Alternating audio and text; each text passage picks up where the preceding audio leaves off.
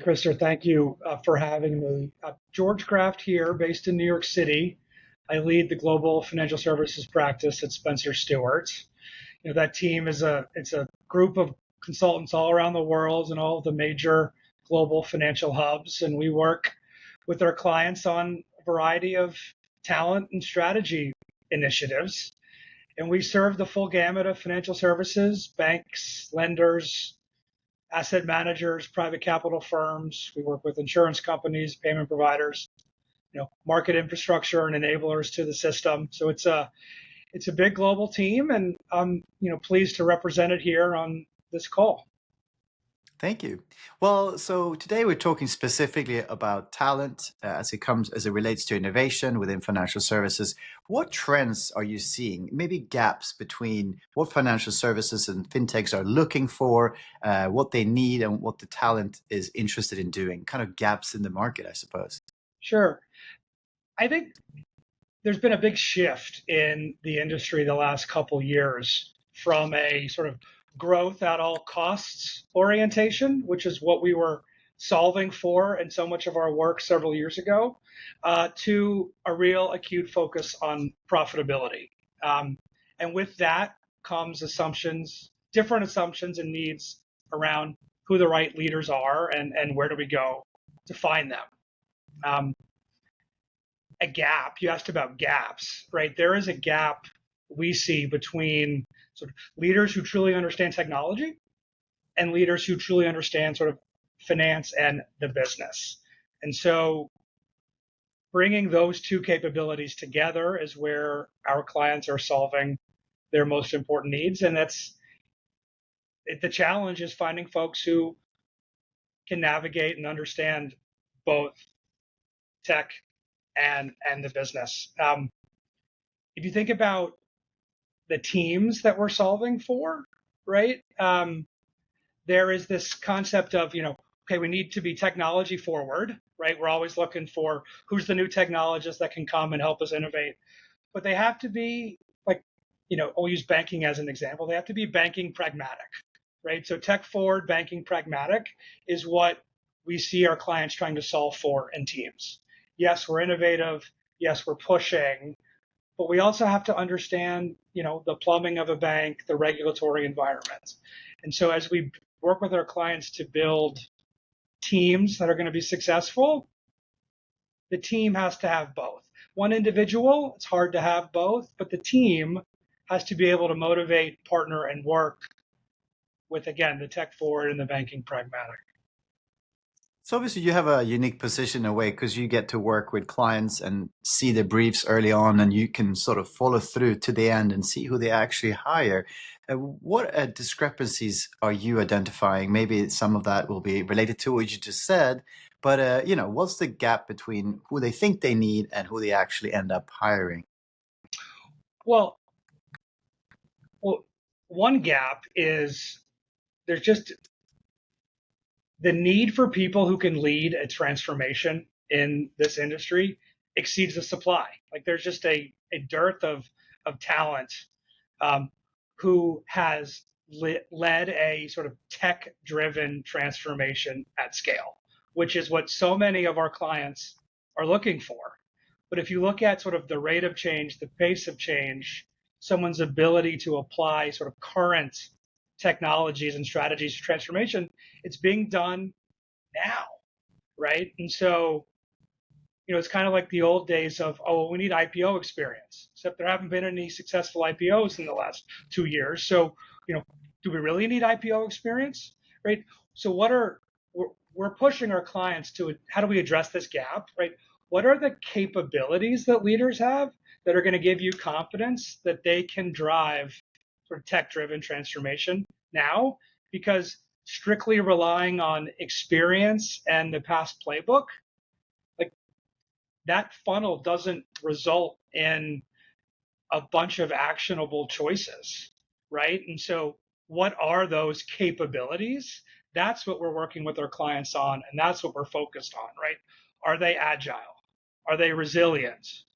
Can they iterate and take in new information to make their answers better? Like those types of attributes are indicative of success for a transformation leader, and they're just indicative of executive capacity and success more broadly. So again, where there's limited supply in the market, this focus on capability is where we help our clients find folks who can do this for them. And which areas within the retail bank or within the financial services business do you see the greatest need for tech talent? Is it a specific team, a specific function, or business unit, or are there some more excited and interested in attracting more tech, and are there some that are still, no, we're good with the old school, traditional, Yeah. non-techie employees or candidates?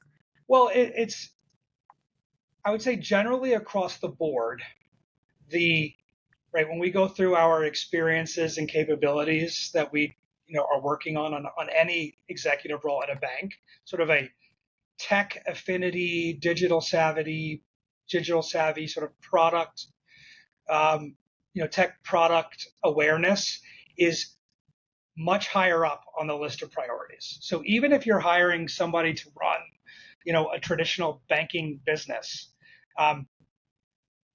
tech used to just be a service provider to those leaders. Now we are looking for leaders for any of those roles to sort of view technology as sort of core to the mission, core to the value creation plan of whatever that job is. So the importance of whether you're running an investment bank or a commercial bank or an insurance platform, you have to have that capability. It's much, much higher on the list than it ever has been. So generally for general managers and CEOs, it's a lot higher of a priority. And then separately, we're just seeing a disproportionate amount of investment in some of these sort of technology first roles, right? The CTO, the CIO, the head of cyber, head of data. There's new roles being created all around AI, and they are, raising in relevance, right? Technology spend used to be less than 10% of revenue across all banks, and now it's rare to find one that's not at or above that mark, and it's going into roles like this across the board. You touched on AI there, and obviously it's hard to have a conversation with anyone about anything really without talking about the impact of Gen AI. What Yeah. specifics have you seen as it relates to maybe job specs or maybe even job titles, as it relates to how financial services wants to embrace or how they think about leveraging Gen AI for themselves or for the benefit of their customers? I think across the board, right, this idea of you need to hire an executive with a real, true learning orientation is, at the top of the list on every search, right? And that is, Gen AI is a real reason for that, right? The way we work is changing at a pace that is faster than ever before.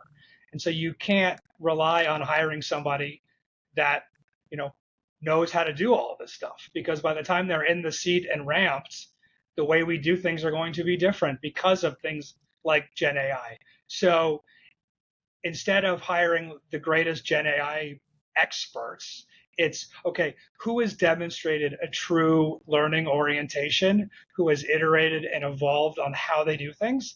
Let's solve for that. Like, so that's the biggest learning or implication for me on Gen AI. Like, anybody who's going to come with the playbook on how we're going to do something, I'm skeptical already, because they're just changing so quickly.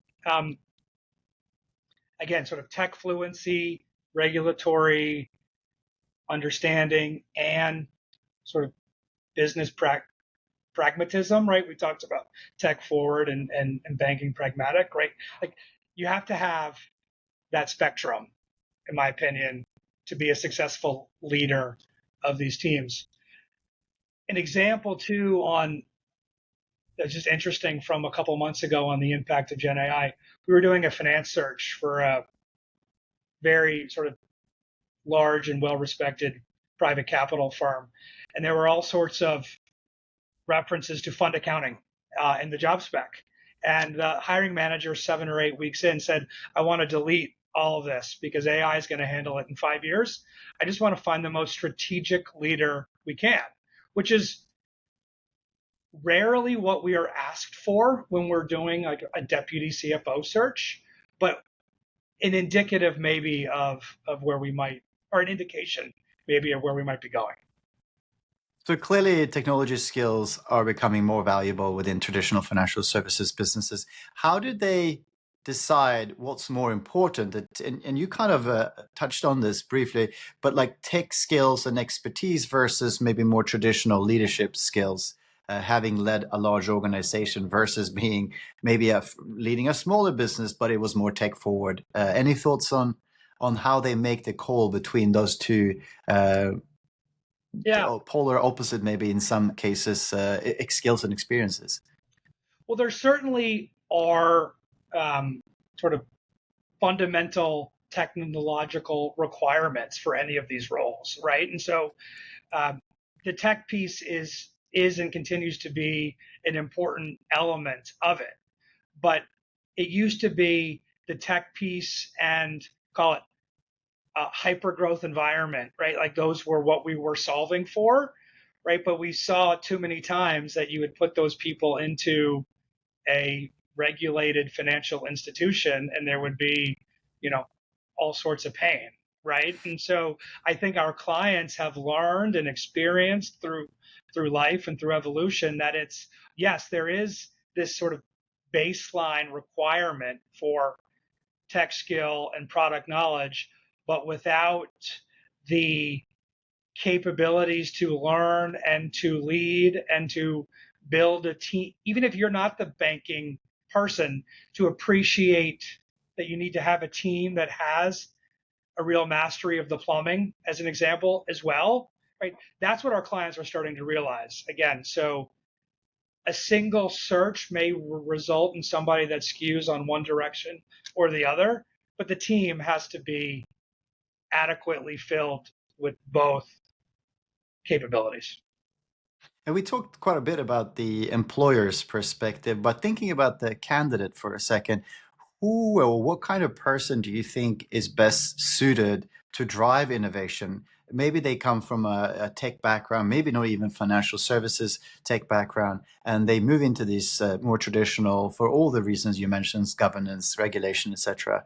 Yeah. Who tend to fare the best? Well, I'll tell you what our clients want to procure, which is, right, they want somebody who started in banking, right, who has good banking fundamentals, and then has transitioned and seen sort of the product led agile growth orientation of technology. Those people exist. They're they're rare and they're very very valuable. And so if you are a candidate and you're thinking about building your career, right, that combo is in demand and highly valued right now.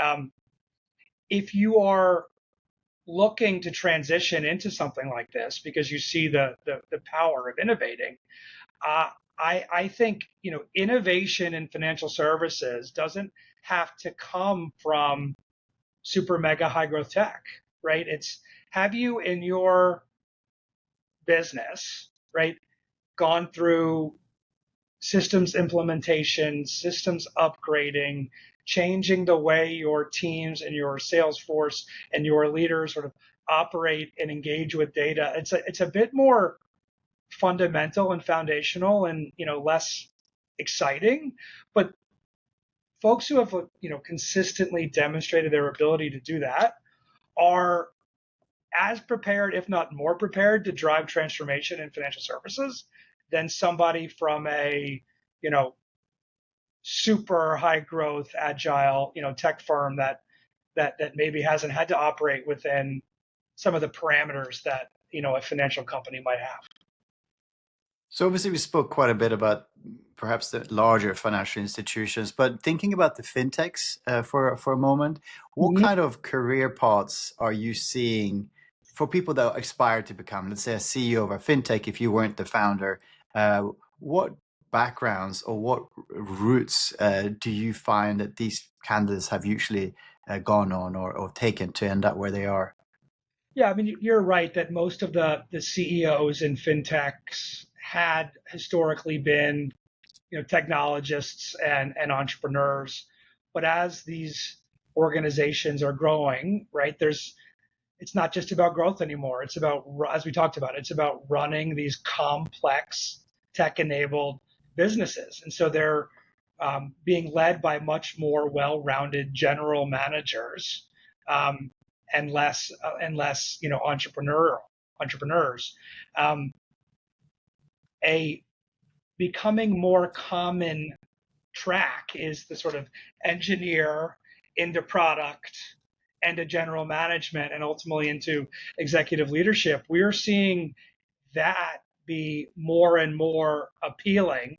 Again, back to this, sort of, tech plus banking pragmatism sort of construct that we've been talking about, right? It used to just be the entrepreneur, maybe the salesperson would grow into the CEO, but we're seeing a lot more, coming out of product and engineering.